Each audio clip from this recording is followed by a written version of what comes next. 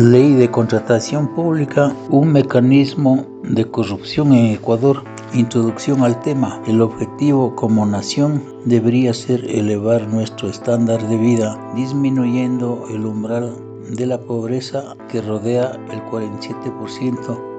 en el Ecuador con el gobierno que venga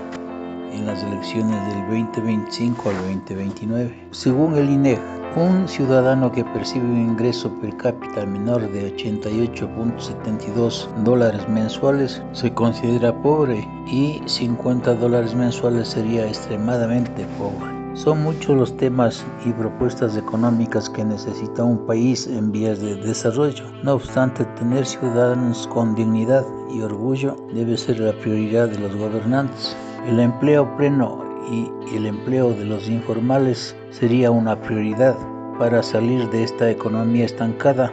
que afecta a los ciudadanos de ingresos medios y bajos. Pero en Ecuador no se tiene estudios concretos del empleo informal y en un 55% de los ecuatorianos tienen que empezar por destruir los mitos laborales, primero por la prohibición del trabajo por horas, que en esta crisis energética y mis observaciones de los países europeos donde el migrante ecuatoriano labora esta modalidad de empleo por horas, es la más natural y aplicable a trabajos que son los mejores remunerados. Pero para que esto suceda en Ecuador hay que tener una normativa acorde a la naturaleza de los trabajos manuales y administrativos, cambiando las reglas de nuestro Código del Trabajo, que está vigente desde la época de la colonia, y en especial la Ley de Contratación Pública, motivo de esta consulta. El cuello de botella es la Ley de Contratación Pública. La actual Ley de Contratación Pública nació con el firme propósito de asegurar la transparencia y la gestión eficiente de los recursos del Estado, pero sus constantes cambios desde el Poder Ejecutivo a presión de los contratistas y lobistas de los gobiernos de turno terminaron por convertir la ley en una traba burocrática que obstaculiza la ejecución de los proyectos esenciales para el desarrollo del país, donde predomina el palanqueo in misericordia en el nivel central y en los organismos seccionales a vista y paciencia de los organismos de control de los recursos del Estado. Me refiero a las contralorías y auditorías de todas las instituciones públicas convertidas en verdaderos peajes o negocios con alcaldes, prefectos y comisiones o comités en lugar de facilitar la ejecución de obras se convierten en los nuevos ricos del país. Por otro lado, la normativa ha impuesto un entramado de responsabilidades tan complejo y rígido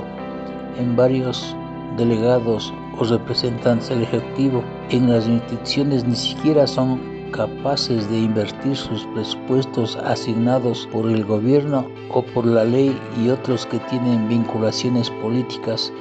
cobran las famosas coimas o vacunas para la aprobación de obras que son de servicio público,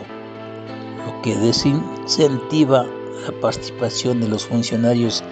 en cada fase de un proceso de contratación. Varios informes de Contraloría y auditorías observan que no solo los administradores de contratos evitan involucrarse, sino también quienes suscriben los informes que justifican la necesidad de un contrato, quienes elaboran los pliegos de peticiones o integran las comisiones adjudicadoras y autorizadoras del gasto, como ministros, directores financieros y jefes departamentales con poder o encargados de aprobar o tramitar partidas presupuestarias. Las responsabilidades no caen solamente en actos administrativos o civiles, sino que en muchos de los casos existe un riesgo legal derivado del Código Orgánico Integral Penal, que genera un ambiente de despidos, represalias o sanciones donde los funcionarios incapaces de completar los procesos contractuales se ven obligados a devolver recursos al final del año fiscal. El otro cuello de botella está en la discrecionalidad de que cualquier persona ajena al proceso o por inclinación política diferente al contratista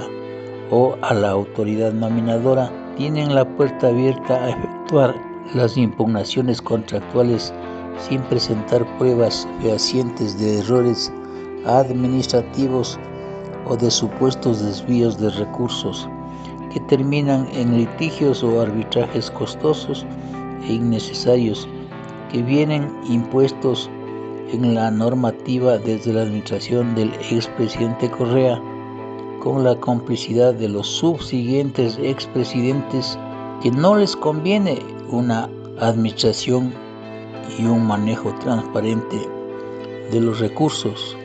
impidiendo en algunos casos la mecanización de las etapas de los procesos de adjudicación de obras, sea por administración directa o por licitaciones. En definitiva, la obra pública, lejos de convertirse en el motor y desarrollo de proyectos, se han transformado en procesos estancados en la burocracia indolente, atrapada en la maraña de trámites y procedimientos donde la voz del ciudadano es ignorada. Existen más de 100.000 contratos otorgados sin dar cumplimiento a la normativa vigente y que solo benefician a los famosos lobistas o contratistas cercanos a la política del gobierno de turno, en especial en los procesos de contrataciones del sector petrolero, del IES, del sector energético, en los organismos seccionales, en los puertos, en las comisiones de tránsito, en el sector educativo, farmacéutico y del sector de transporte público a cargo del Ministerio de Obras Públicas, que causan vergüenza ajena. Ver mi análisis vinculante con este tema, la burocracia ecuatoriana, mal del siglo XXI. Muchas gracias, ecuatoriano. Soy Manuel Pozo Zumárraga.